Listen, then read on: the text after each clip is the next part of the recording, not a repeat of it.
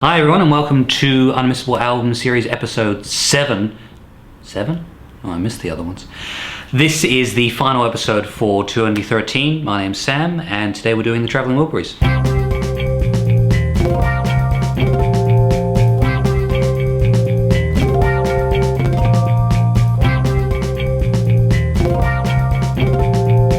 Traveling Wilburys is a band that formed in 1989.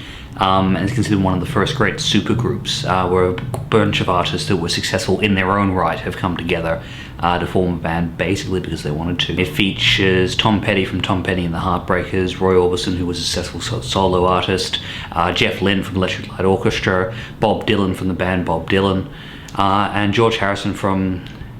I don't know where he's from. But anyway, they all got together. George Harrison had just put out an album called Cloud 9 and was asked to put together a B-side for one of his songs.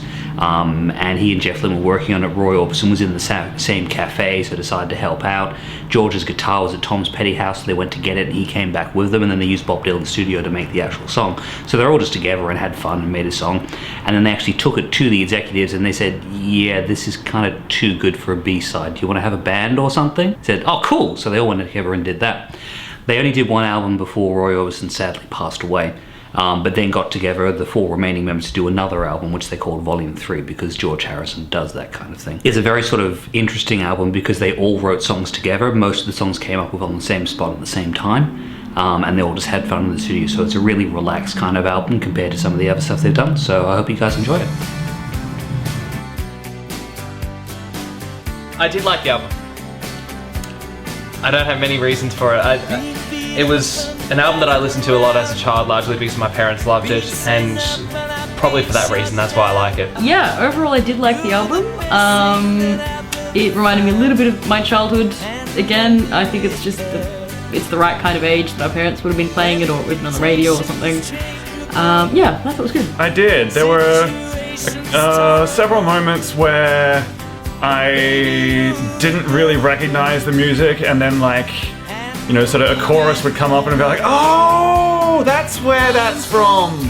And yeah, so that was kind of fun for me. Yes, I did. It was quite good. I'd been meaning to listen to it for a while, ever since I found out Jeff Lynne was in it. Except I never really got into it. I've never had the chance to listen to it fully otherwise, because I'm a tired ass and I didn't want to pay to listen to it. Well, I picked it, so I can't stand it.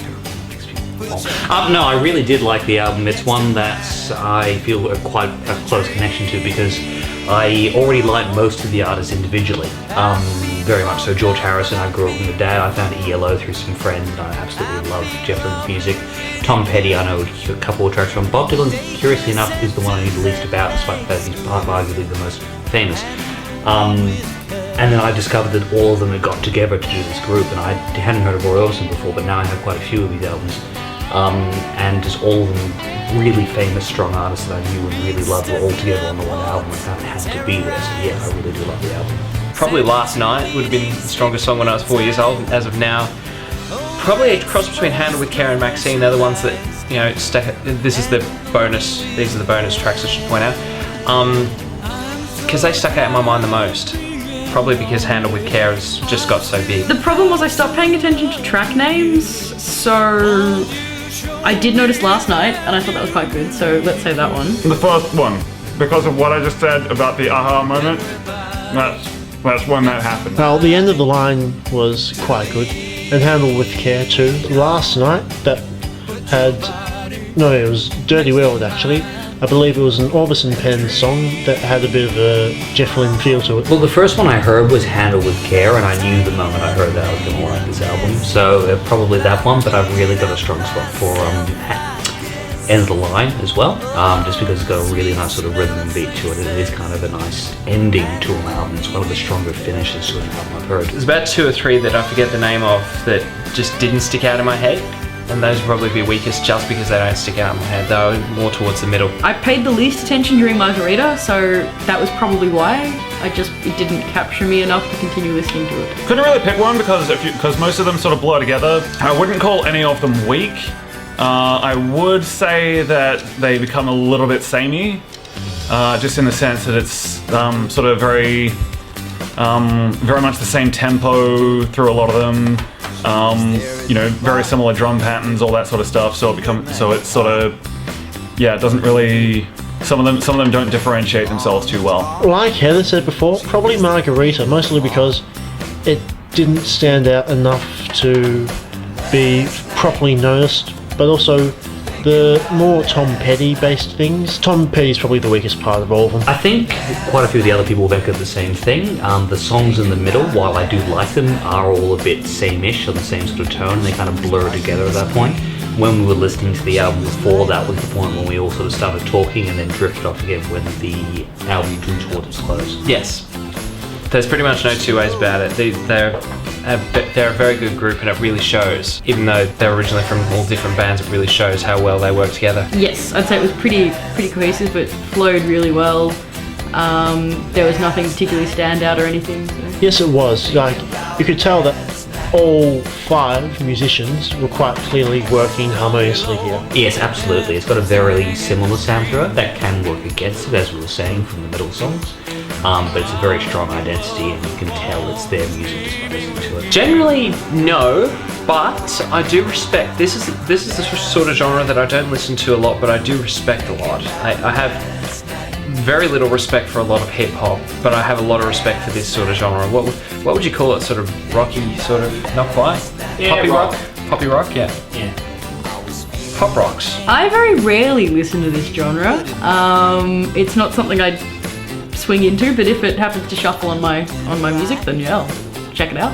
No, it's not my usual thing at all. But it goes for a place to a lounge room exceptionally well. Well, this genre's kind of hard to actually define. Like, you can't call it pop rock or folk rock or what have you, because obviously each musician has their own different backgrounds. So yes and no, because I do listen to a fair bit of ELO, which is what Jeff Lynne is from, and I listen to a little bit of Roy Orbison now and then, and of course some of what's that band?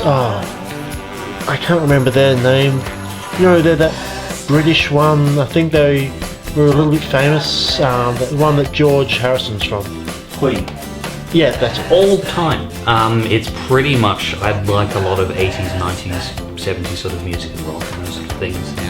I listen to the individual artists a lot of the time as well, so yes. It's, like I said, it's one of my childhood albums. I definitely feel like it belongs, in the back of my head at the very least. 4 songs have been sticking with me since I was, 4 years old. I would listen to it again, probably not anytime soon, but again, if it shuffles on my music, then yes, I will, so I won't turn it off. Yes, I would, in a lounge room, which is where we are now. So, yeah, sure, why not? Let's do it right now.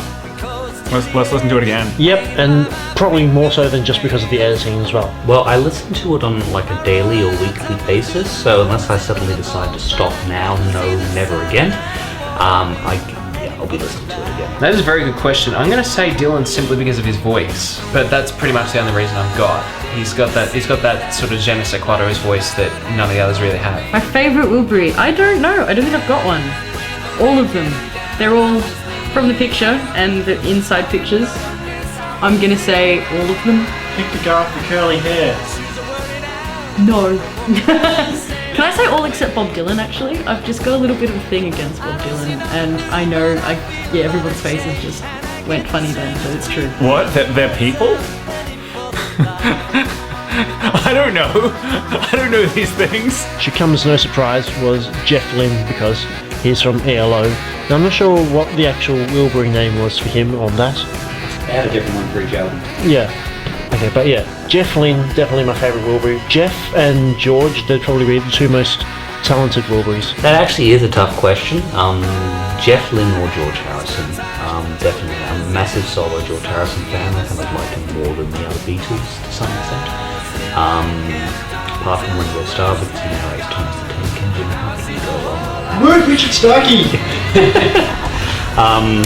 Jeff Lynne, I absolutely adore ELO, the fusion of rock and classical instruments, which he does all the time. It's one of my favourite things. So look, I'll probably have to go Jeff Lynne for that reason. Well, I gotta admit, when I was listening to this album here and now, I found myself half absent-mindedly, half not, just strumming the guitar, playing it.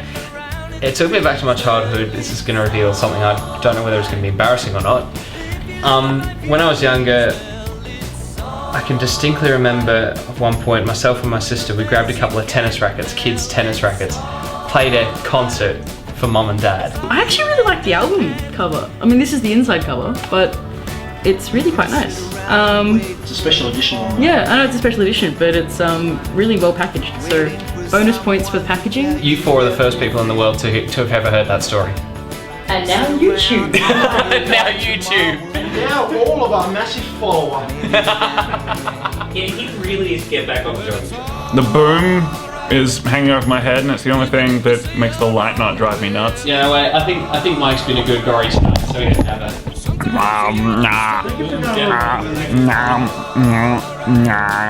The other one I'll say is pretty much since I heard it, since I first heard it when I was 4 years old, Handle With Care has grown on me something fierce, and I like and respect it a lot more. If any viewers or listeners really don't like the song, like the stuff, it's still worth listening to a few times, just to see if it grows on me, because these guys have got a habit of growing on you. I think I left the iron on. Purple haze. Well, it's all